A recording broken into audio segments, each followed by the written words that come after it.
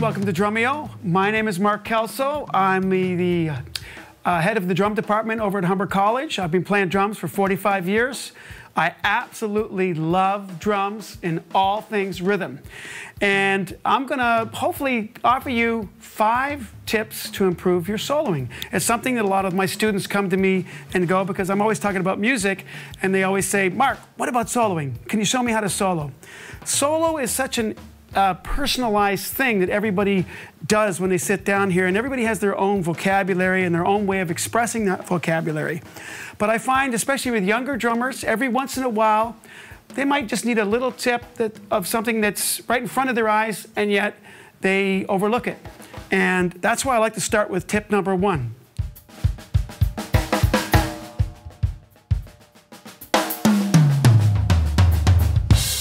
Dynamics. I think dynamics is one of the most underused tools in music nowadays, but in generally for drum solos. A lot of guys come out and they just like to rip, and it's like grrr, machine gun balls to the wall and just blasting all the way through everything, and it's all at one level. So it's almost like someone screaming and yelling at you constantly. Now, on the flip side, if I were to talk to you softly, like this, all of a sudden you're going, oh, wait, oh, he's talking quietly. This must be really important. So right now I have your attention, most likely. You're going, hey, I can't hear what he's saying because I'm drummers, half deaf anyway. But right now, yeah, I'm using dynamics in my voice to pull you in. By being quiet, I get the opposite effect of being loud. Loud can sometimes make you go, ah! Stop screaming. But softness and quietness is something that will always draw the listener in, because they perk up because they're, oh, it's quieter. I better pay attention, because somewhere in our brain, we're sort of trained to go, this must be really important because they're talking really quiet. Right? And just imagine if everything was all monotone. It would really be not fun to listen to. So we use dynamics as something to express ourselves. And in a drum solo, watch how cool dynamics can be. I'll just do an example right now.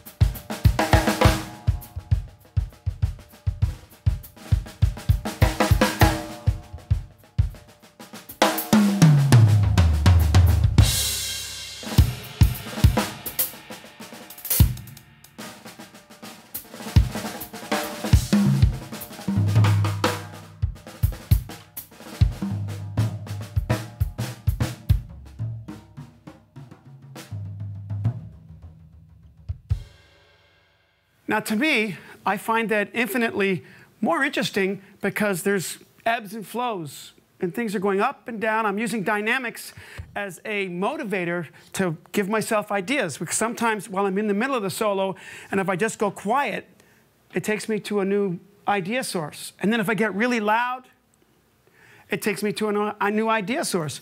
But then if I have contrast, like I started really loud and brought it right down, I'm using dynamics to an extreme measure. And for me, I think that's a really powerful tool.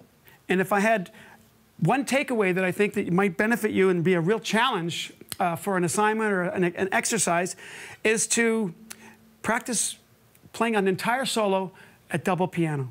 Play the whole thing quiet, without going into your comfort zone where you want to hit the things really loud.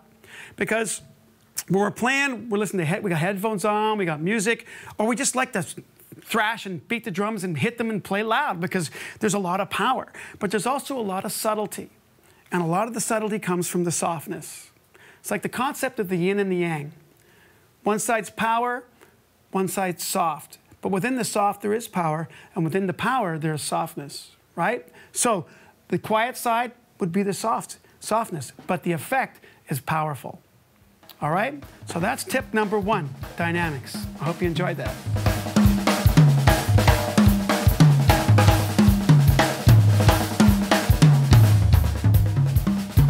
And And I call this one maximizing the use of one idea.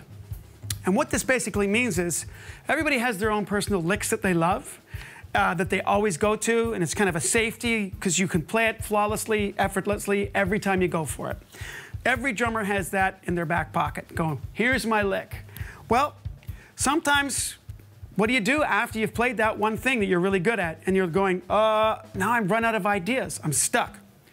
Well, to help you here, take that one idea that you really like and see how many different ways you can play it.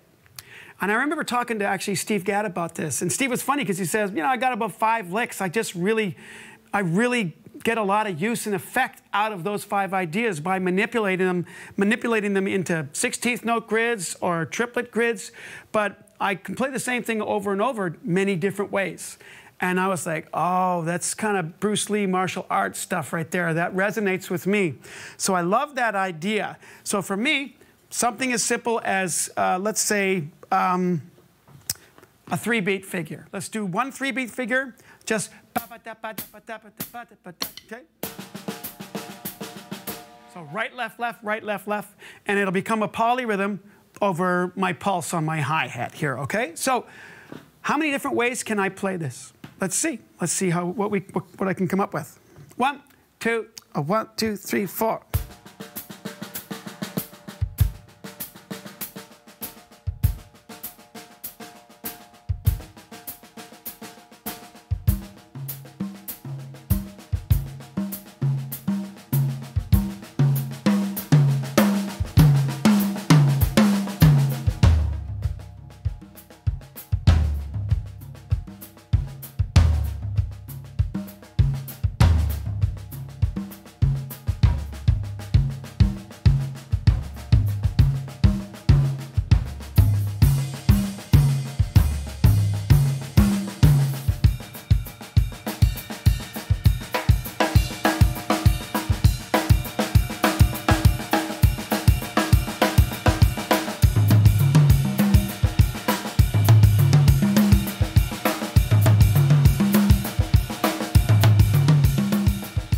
So there you have it. That's me taking one idea, maximizing it as much as I can, using accents, changing my hands, changing sound sources. So the challenge here for you is to do the same thing. Pick your favorite lick, your favorite thing that you like to play in a solo, and just try and maximize it by being creative and move it around the kit and see how many different ways can you play the one idea. Expand your creativity.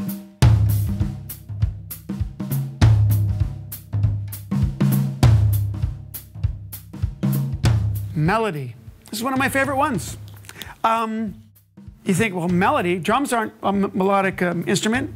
Well, Ari Honig would beg to differ. If you've ever heard him play, that guy can play melodies on the drum kit. It's unbelievable. So melody, how do we approach the drum with melody? Well, in this kind of solo idea, I like to use the New Orleans second line format, or that kind of a groove, and just create little motifs that are melodic, usually around the tom-toms.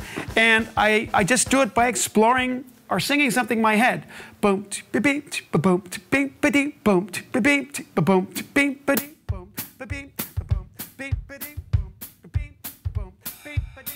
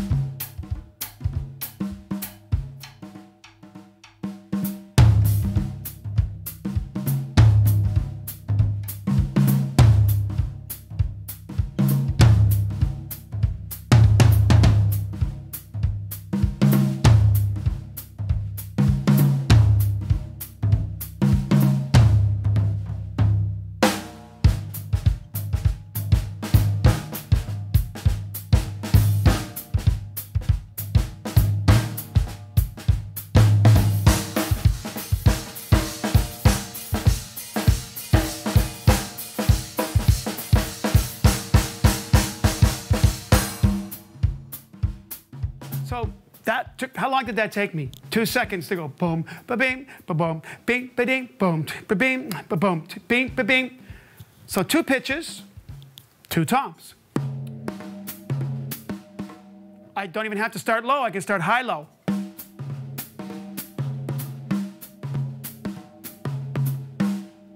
Now that is a kind of a melody. So when I, say I'm stuck for a solo and I think I'm not really feeling creative tonight, hey, drum solo, you got it.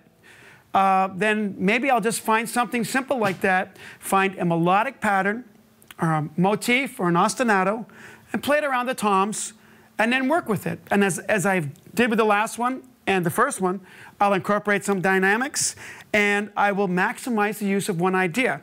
What I started doing at the end of that was I started doing the melody for 3 bars, and then I took a little solo for the 4th one. So now the melody is functioning like a part of the song, and then I would have the freedom to let myself solo for just 1 bar. So I'm creating my own motif using melody in numerous different ways.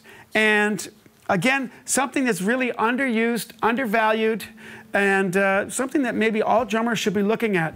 The drums as a melodic source, a melodic instrument. It's not just noise like some people think. It can be quite melodic. Pick a riff, sing it, have it come out on the drums, and see what it sounds like.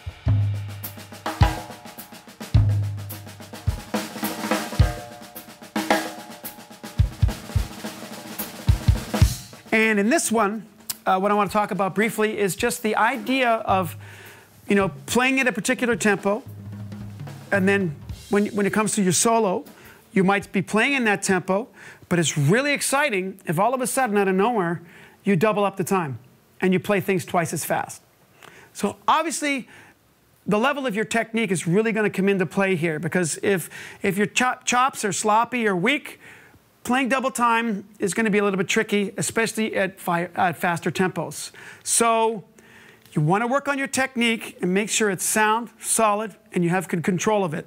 Along with the dynamics and melody, there's all these kinds of ideas that can work for you for solos. So let's take something simple, just say as a paradiddle. So maybe you got like a slow blues or something. 2, 3.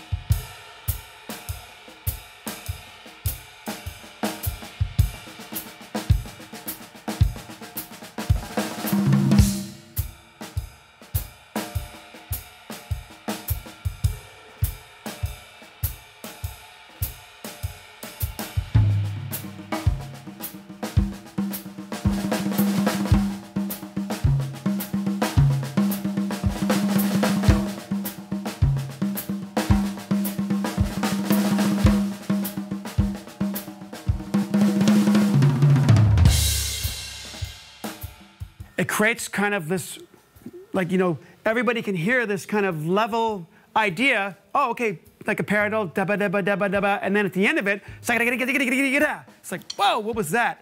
You just kind of rip it out of nowhere, but you're playing the exact same thing. You're just playing it twice as fast. Now, obviously, clearly, there were some fast ideas around the kit there. As I mentioned, I've been playing 45 years, so for me, I've worked up that kind of speed. So it's something that doesn't come overnight, but it doesn't mean that you can't work on the idea. You just got to find the right tempo, pick something that you can play really well, and start at a slow tempo, and then just see how fast you can play it at double time.